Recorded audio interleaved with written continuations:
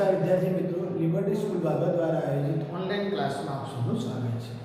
તો વિદ્યાર્થી મિત્રો, આજે આપણે બીજા પ્રકરણમાં હવે વનસ્પતિ સૃષ્ટિ અને પ્રાણી સૃષ્ટિ જે શોર્ટમાં જે વર્ણન છે એના વિશે આપણે સમજીશું અને પછી એની માહિતી આપણે આગળના પ્રકરણમાં અભ્યાસ કરીશું. તો આપણું આજનું વર્ણન છે વનસ્પતિ સૃષ્ટિ.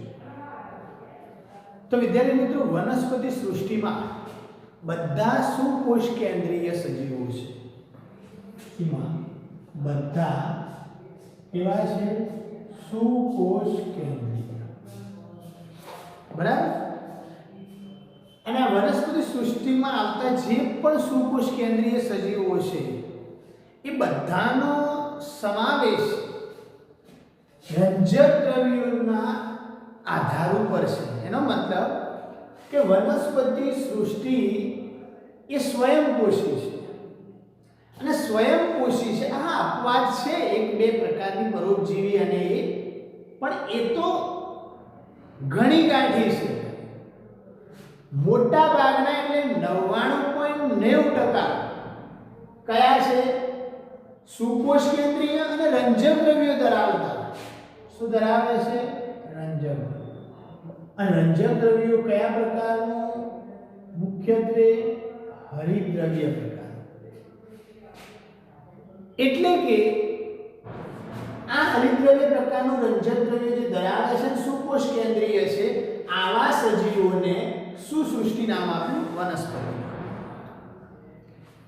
તો અપવાદમાં શું વિદ્યાર્થી મિત્રો? અપવાદમાં કઈ વનસ્પતિ? ઉદાહરણ શું?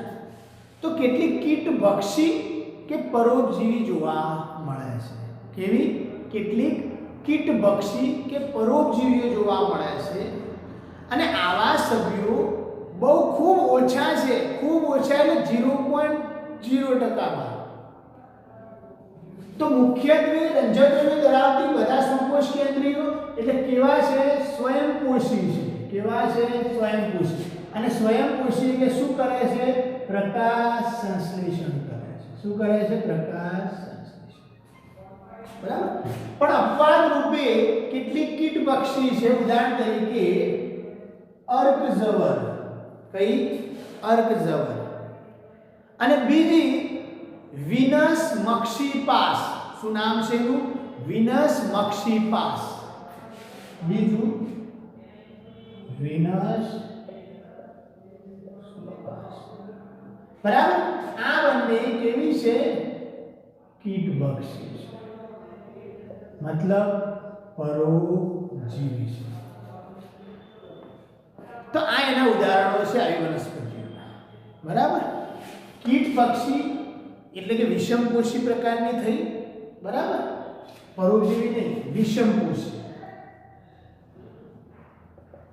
હવે બીજી વિષમપોષી પ્રકારની બીજી વનસ્પતિ કઈ?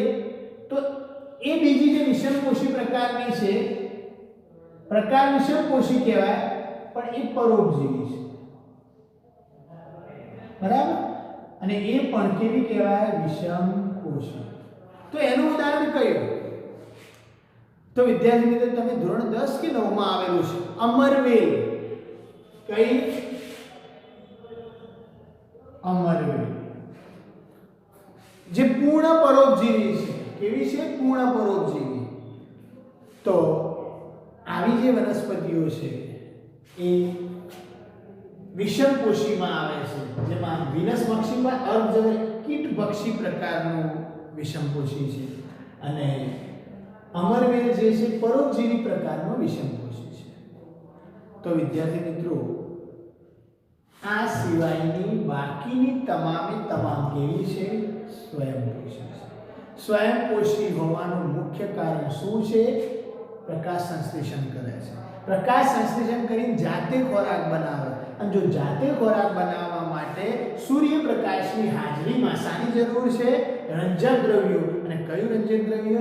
હરિતદ્રવ્ય પ્રકારનું. તો વિદ્યાર્થી મિત્રો, વનસ્પતિ કોષો મુખ્યત્વે હરિતકણો અને કોષ દિવાલ સાથે સુકોષ કેન્દ્રીય રચના ધરાવે છે. બીજું, વનસ્પતિ સૃષ્ટિમાં આવતા જે વનસ્પતિઓ છે એ હંમેશા કોષ દિવાલ ધરાવે છે. શું ધરાવે છે? કોષ દિવાલ ધરાવે છે. અને એ પણ કયા પ્રકારની? સેલ્યુલોઝ પ્રકારની. ફંગસ સેલ્યુલોઝ કે કાઇટિન નહીં, ફક્ત સેલ્યુલોઝની બનેલી હોય છે. તો આપણે સુકોષ કેન્દ્રીય કોષ રચનાનો વિસ્તૃતમાં અભ્યાસ ઓલરેડી પ્રકરણ 8 માં આપણે કર્યો છે. તમને યાદ હોય તો પ્રકરણ 8 આપણું પૂરું થયું છે, જેમાં કોષ દિવાલ વિશે આપણે સમજ્યા છે. એવી જ રીતે આ ઉપરાંત વનસ્પતિ સૃષ્ટિમાં કયા કયા સજીવો આવે, એટલે કે લીલનો પણ સમાવેશ થાય. બીજું દ્વિઅંગીઓનો સમાવેશ થાય. ત્રીજું ત્રિઅંગીઓનો સમાવેશ થાય. ચોથું અનાવૃત બીજધારીનો સમાવેશ થાય. પાંચમું આવૃત બીજધારી વનસ્પતિઓનો સમાવેશ થાય છે.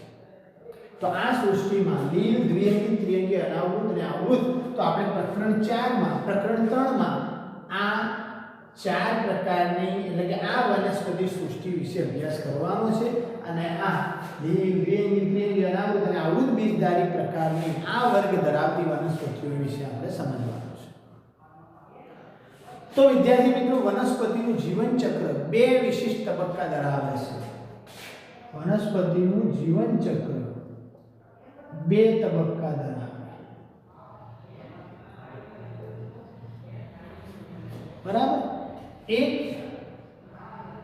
દ્વિકીય બીજાણુજનક અને બીજો એક એકકીય જન્યુજનક. એકકીય જન્યુજનક. હવે તમે કહે સર આ તબક્કો એટલે શું? મતલબ વનસ્પતિનો કોષ લો, લીમડાનો છેદ લઈને કોષ લો, તો લીમડાનો કોષ જે છે એના અંદર કોષ કેન્દ્ર કેવું છે? દ્વિકીય છે. મતલબ એનો કોષ કેવો છે? દ્વિકીય છે. બરાબર? અને એ લીમડો જ્યારે ફૂલ આપે, ફૂલમાં અંડકોષ કે શુક્રકોષ પેદા કરે, ત્યારે જે જન્યુઓ નિર્માણ કરે છે, એ જન્યુઓ કેવા હોય? એકકીય હોય. મતલબ કે લીમડાના અંદર રંગસૂત્રો હંમેશા જોડમાં હોય, પણ એના અંડકોષ કે શુક્રકોષની વાત કરીએ તો રંગસૂત્રો જોડમાં નહીં, એક જ સિંગલ આવેલી લાઈન હોય અને એક સિંગલ આવેલી બીજા અંડકોષમાં હોય. તો તમે ધોરણ 10 માં ઓલરેડી આવ્યું કે મનુષ્યમાં રંગસૂત્રો જોડમાં હોય XY, અને જ્યારે શુક્રકોષ બને તો એક X અને એક Y, એટલે આ બે પ્રકારના શુક્રકોષ બને. એવી રીતે માદામાં XX હોય તો એક અંડકોષ X નો અને એક અંડકોષ Y, તો આ દ્વિકીય સ્વરૂપ કહેવાય. અને આને શું કહેવાય? દ્વિકીય શરીર કહેવાય. અને આને એકકીય કહેવાય.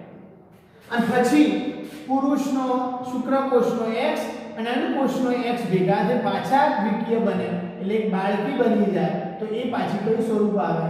દ્વિકીય. ફરીથી એ બાળકી અંડકોષ પેદા કરે એટલે એકકીય.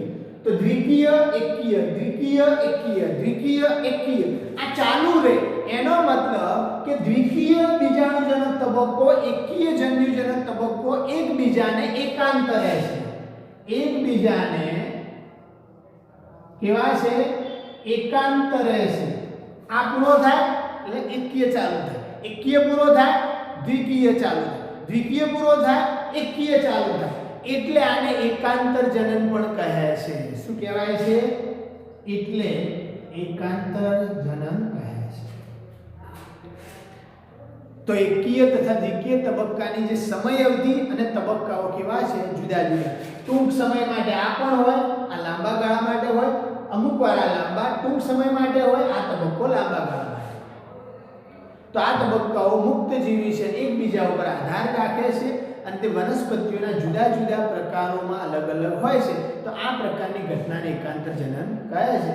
હવે આની જે મુખ્ય ડિટેલમાં આપણે પ્રકરણ 3 માં જોઈશું. તો વિદ્યાર્થી મિત્રો,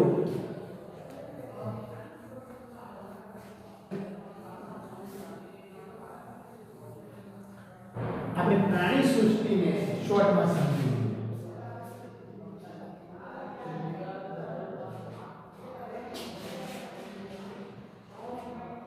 કે વિષમપોષી સુકોષ કેન્દ્રીય સજીવો.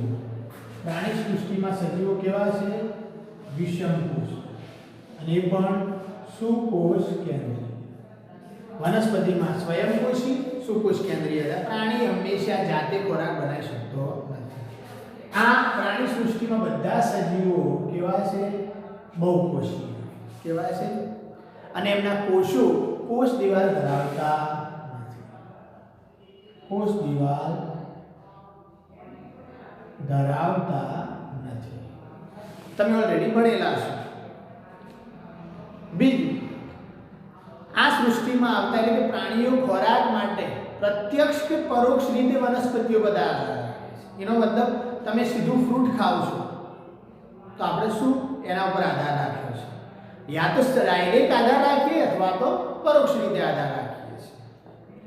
તેઓ ખોરાકનું પાચન પ્રાણીઓ અંતસ્થ ગુહામાં કરે છે. મતલબ આપણે પાચન તંત્ર નામનું એક રચના આવેલી છે જેના અંદર ખોરાકનું પાચન કરીએ છીએ. મતલબ અન્ન માર્ગ આવેલો છે. બી વનસ્પતિઓમાં આવો અન્ન માર્ગ હોતો નથી. અને પ્રાણીઓ જે ખોરાક લે છે એ ખોરાકનો સંગ્રહ ગ્લાયકોજન કે ચરબી તરીકે કરે છે. ખોરાક સંગ્રહ કાર્બોદિત હોય તો ગ્લાયકોજન સ્વરૂપે સંગ્રહ કરીએ અને લિપિડ હોય તો કયા સ્વરૂપે? આપણે ચરબી સ્વરૂપે સંગ્રહ કરીએ છીએ. આ પ્રાણી સૃષ્ટિમાં આવતા સજીવોનો પોષણ પ્રકાર કયો? તો પોષણ પ્રકાર કયો થયો? પ્રાણીસમ થયો. કયો થયો? પ્રાણીસમ. મતલબ હોલો જોવી તો ખોરાકના અંતઃગ્રહણ દ્વારા પોતે શું કરે છે? ખોરાક મેળવે છે. અને ચોક્કસ વૃદ્ધિ પ્રક્રિયાને અનુસરે છે. એટલે ચોક્કસ આકાર અને કદ સાથે પ્રાણી પુખ્તતામાં વિકાસ પામે છે. બાળપણમાં નાના હોય, જેમ જેમ જેમ જેમ વૃદ્ધિ થાય, ઉંમર થાય, એમ આકાર અને કદ સાથે આપણે પુખ્ત બનીએ છીએ. મતલબ પ્રાણી. આપણે તો આપણું જ ઉદાહરણ જોઈ લેવાનું એટલે આપણે પ્રાણીઓ વિશે સમજીશું. ઉચ્ચ પ્રકારના સ્વરૂપો જોવા મળે છે. જટિલ પ્રકારના સ્વરૂપો પ્રાણીઓમાં જોવા મળે છે. અને તેઓના ઉપયોગ મુજબ વિકસિત સંવેદનાત્મક અને ચેતાચાલક ક્રિયાવિધિ દર્શાવે છે. મતલબ ચેતાચાલક અને સંવેદનાત્મક ક્રિયાવિધિ ફક્ત પ્રાણી જ ધરાવે છે, બાકી કોઈ સજીવ ધરાવતા નથી. મતલબ કે આગળની સૃષ્ટિની વાત કરીએ, ચેતાતંત્ર પણ આવેલું છે, સમજ પણ ખબર પડે છે. અને આ એક જ એવું પ્રાણી છે કે જે સામાજિક પ્રાણી પણ કહેવાય છે મનુષ્યને, પણ આપણા સિવાયના બાકીના પ્રાણીઓને પણ ચેતાતંત્ર આવેલું હોય છે, સંવેદના આવેલી હોય, એને ખબર પડે છે કે આ ગરમ કહેવાય, ઠંડુ કહેવાય, ફીલ થાય, લાગણી, આ બધું. તો મોટા ભાગના પ્રાણીઓ પ્રચલન પણ કરી શકે છે. તો વિદ્યાર્થી મિત્રો, પ્રાણી જે છે નર અને માદાની મૈથુન ક્રિયા દ્વારા લિંગી પ્રજનન કરે છે.